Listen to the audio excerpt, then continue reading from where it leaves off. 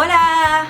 En un mundo masculinizado, donde las artes y los oficios estaban dedicadas puramente a los hombres y la mujer se quedaba en casa cuidando a los hijos y poco más, la literatura se convirtió en una forma de expresión para las mujeres. Para escribir no se necesitaba tener un diploma ni unos estudios fijos, se necesitaba leer y ese era el único coste así adicional para este oficio.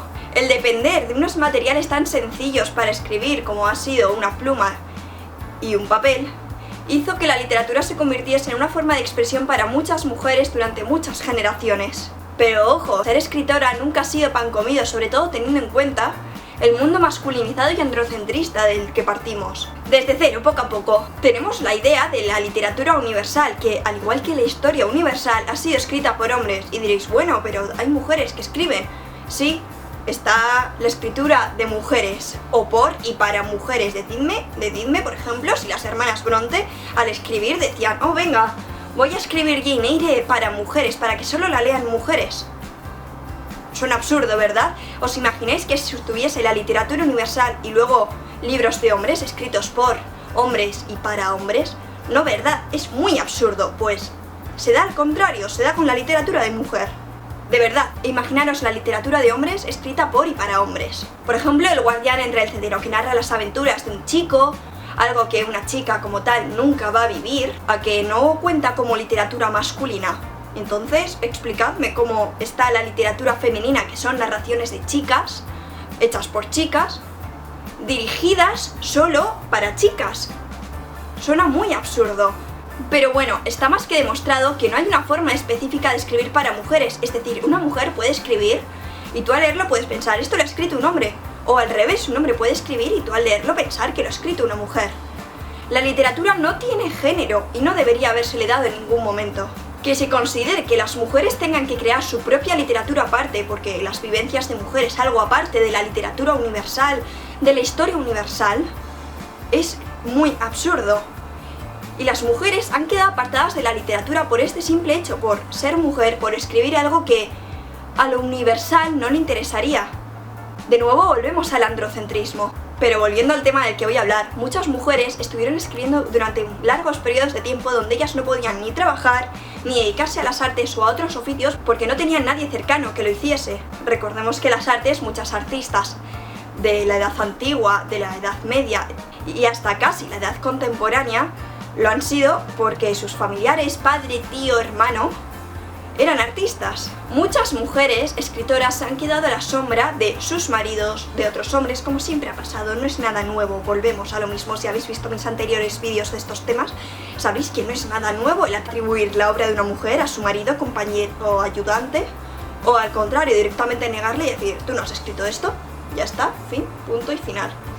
Y vengo a hablar de varias escritoras que han sido relevantes de varias épocas, que han sido reconocidas y que a día de hoy dudo mucho que las conozcáis. Pero bueno, como siempre, comencemos desde cero. Cecilia Bol de Faber. A esta mujer, las personas que me estáis viendo de España, la habréis dado sí o sí en la ESO y en bachillerato. Ella escribía bajo el seudónimo de Fernán Caballero. La edad de oro española pasó y se suponía, tenían en mente en aquel momento, que la literatura iba a decaer absolutamente. Pues Cecilia escribió La Gaviota, que posiblemente la habréis dado en clase, como ya digo, que fue una revolución para las novelas, ya que se trataba de una novela costumbrista, y revolucionó toda la literatura española de la segunda mitad del siglo XIX. A esta autora, ya como ya digo, que es bastante conocida, le quería elegir por dos motivos. Uno de ellos es que se da, como ya digo, en ESO bachillerato en España. No sé si en otros países hispanohablantes habréis dado a esta autora, pero bueno, yo la di tanto en ESO y en bachillerato, y a mí me la nombraban como Fernán Caballero, escritor de La Gaviota. En ningún momento supe que era una mujer y asumí que era un hombre. Es más, hasta que no me vino años más tarde un profesor de literatura universal y nos contó que era una mujer, no supimos que era una mujer. Es muy chocante. ¿Por qué con otros autores sí que pones el seudónimo y sí que pones su nombre al lado? Pero en cambio con esta no pasaba, y hablo de unos libros bastante conocidos de editoriales famositas, ¿vale? Y el segundo motivo por el que la he elegido es porque, aunque suene muy lejano el tener que ponerse un seudónimo de hombre o masculino para publicar, verdaderamente es bastante reciente. Recordemos a J.K. Rowling. ¿Por qué J.K. Rowling firma como J.K. Rowling? porque los editores pensaron que si ella firmaba con su verdadero nombre, que es Joanne Rowling, los niños no comprarían los libros escritos por una mujer. Y no estamos hablando del siglo XIX, estamos hablando de hace 20 años. Zelda Fitzgerald. A ella es posible también que la conozcáis, sobre todo si sois fan de las sagas de juegos de Zelda, porque se titulan así por ella, o también por su marido. Solo con ver el apellido sabréis quién es el marido. Zelda fue y es a día de hoy un icono de los años 20 estadounidenses. Fue la mujer de Scott Fitzgerald, autor del Gran Gatsby. ¿Y qué pinta ella aquí si el autor en sí es su marido? Bueno, Scott era un borracho, Scott la maltrataba y aparte le robaba textos de ella para publicarlo él en sus libros. Por no decir que era un controlador, que se sabe en cartas que hay de ellas, y por amigos y conocidos de la familia que aseguraban que es que él le prohibía escribir a ella, pero luego él le robaba escritos de ella para añadirlos en sus novelas. Zelda consideraba, es más, ella sabía que era plagiada por su marido, pero no podía denunciarlo por la época y porque además lo que él le había plagiado eran cosas personales de ella que ella no tenía publicada y no había forma real de demostrar que esos textos eran suyos. Las Sin Sombrero han sido un grupo de mujeres que han formado parte de la generación del 27, considerada la generación de artistas y pensadores más importantes de España. El nombre, así como curiosidad, viene por una vez paseando por la Puerta del Sol, que es la plaza principal de Madrid. Dalí, Lorca, Margarita Manso y Maruja Mayo se iban quitando los sombreros delante de la gente. La actitud de quitarse el sombrero era una actitud transgresora. Para las mujeres, para este grupo de mujeres, quitarse el sombrero fue decidir, elegir ellas mismas abandonar el papel de madre, esposa. Seguramente todos hemos dado la generación del 27, conocemos a Buñuel, conocemos a Dalí, conocemos a Lorca y a otros tantos, pero nunca hemos conocido realmente a las mujeres que había y seguramente hemos llegado a pensar que ¿cómo iba a haber mujeres? A ver, eso es imposible, que haya mujeres en generaciones así, de grandes pensadores, grandes artistas. Lo tenemos interiorizado, pero realmente ellas estaban allí y ellas fueron muy reconocidas por las personas que estaban a su lado.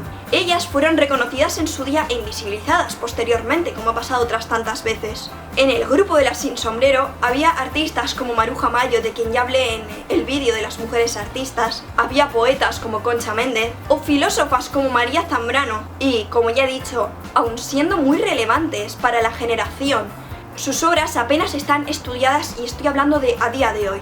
Sus obras apenas están reconocidas y estudiadas, y sobre todo si las comparamos con quienes estaban junto a ellas, con Dalí, Lorca, Buñuel, etc.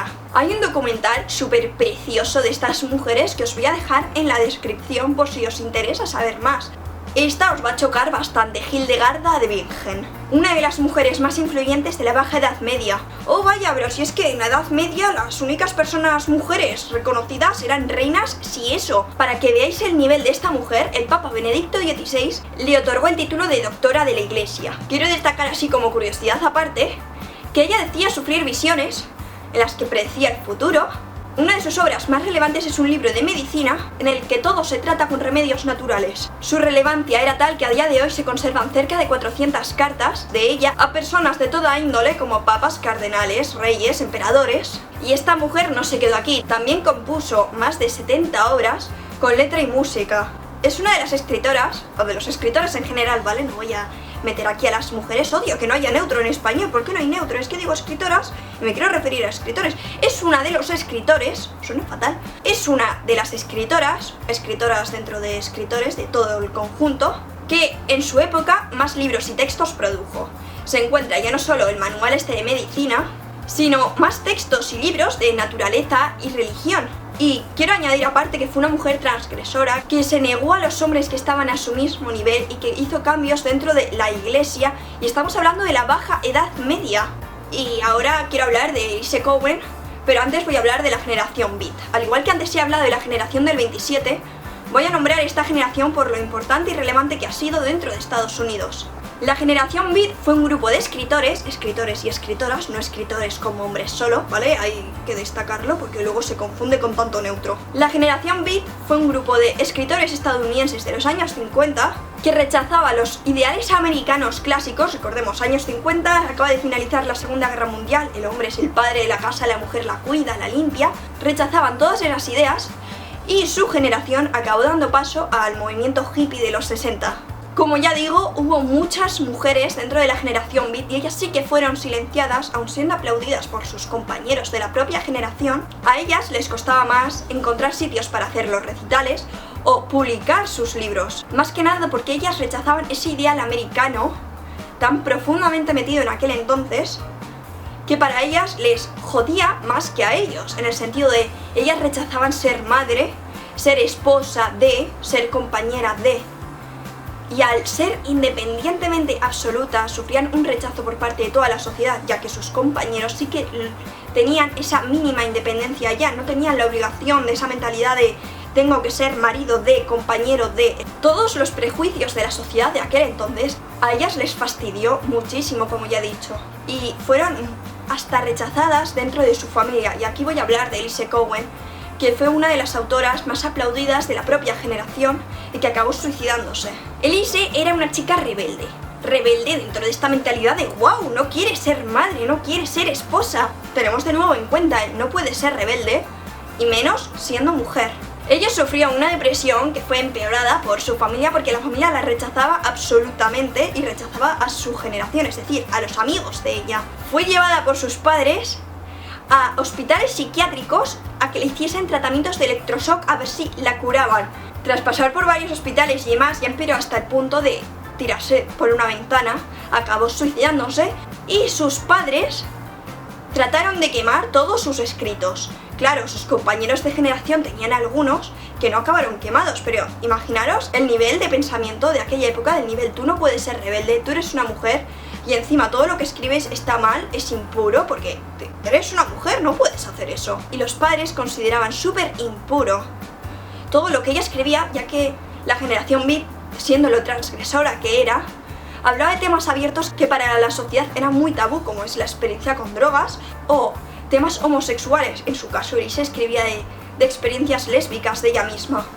Si queréis leer algunos poemas de ellas, os puedo dejar algún enlace en la descripción por si os interesa. Y por último voy a hablar de Marie de Gournay. Marie de Gournay fue una escritora, filóloga, traductora, filósofa y poeta que convivió junto a grandes humanistas con los que ella se llegó a codear. Ella estudió de forma autodidacta pese a ser noble. Más tarde conoció a Montaigne, que es uno de los principales humanistas que conoceréis sí o sí, y él la admiraba por sus ideas. Y aquí vamos a entrar dentro de lo del humanismo. El humanismo se basa en el hombre como centro de todo. Literalmente, el hombre como centro de todo. Aunque los humanistas hablaban de igualdad y tolerancia, la misoginia seguía ahí y había un rechazo brutal a las mujeres dentro de los humanistas. Así que vuelvo a recalcar la frase, el hombre como centro de todo. Marie, incitada por Montaigne, que era uno de los humanistas avanzados, que sabían del daño que había dentro del humanismo hacia las mujeres, de toda esa misoginia que era expulsada hacia ellas, escribió sobre la igualdad de hombres y mujeres, en las que trataba temas tan relevantes para la época como el que los hombres y mujeres solo poseían diferencias físicas, no intelectuales. También hablaba de que el que las mujeres no fuesen científicas, no fuesen alabadas dentro de ciencias y dentro de otras materias, no era porque fuesen menos inteligentes que los hombres para esas ciencias, para esos oficios, sino porque es que ellas tenían vetado el acceso, aunque no de forma escrita de las mujeres aquí no pueden entrar, pero sí había un gran rechazo hacia ellas.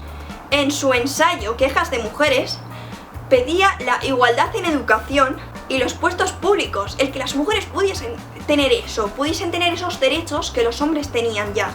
Y esto hay que destacarlo, ella no se casó porque tenía para vivir de sus escritos. Fue la primera mujer que consiguió vivir solo manteniéndose de lo que escribía. Y eso, en esa época, es increíble. Como ya digo, hay muchas más mujeres de las que he nombrado, muchas más de las que os creéis realmente. Y si de verdad os interesa el tema, os invito a buscarlas y os invito a leer escritos de ellas porque os puede sorprender. A todo esto os quiero lanzar una propuesta, ya que dentro de mujeres escritoras iba a meter a filósofas, pero hay tantas filósofas de las que me encantaría hablar que no me daba para un vídeo normalito. Entonces, si os interesa que hable de más filósofas como Marie de Gournay, que a ella le he metido porque dije, bueno, al menos una sí que cae. Si queréis que hable de mujeres en la filosofía, dejadme algún like o dejadme algún comentario, porque así sabré que es algo que realmente os interesa. Y eso es todo.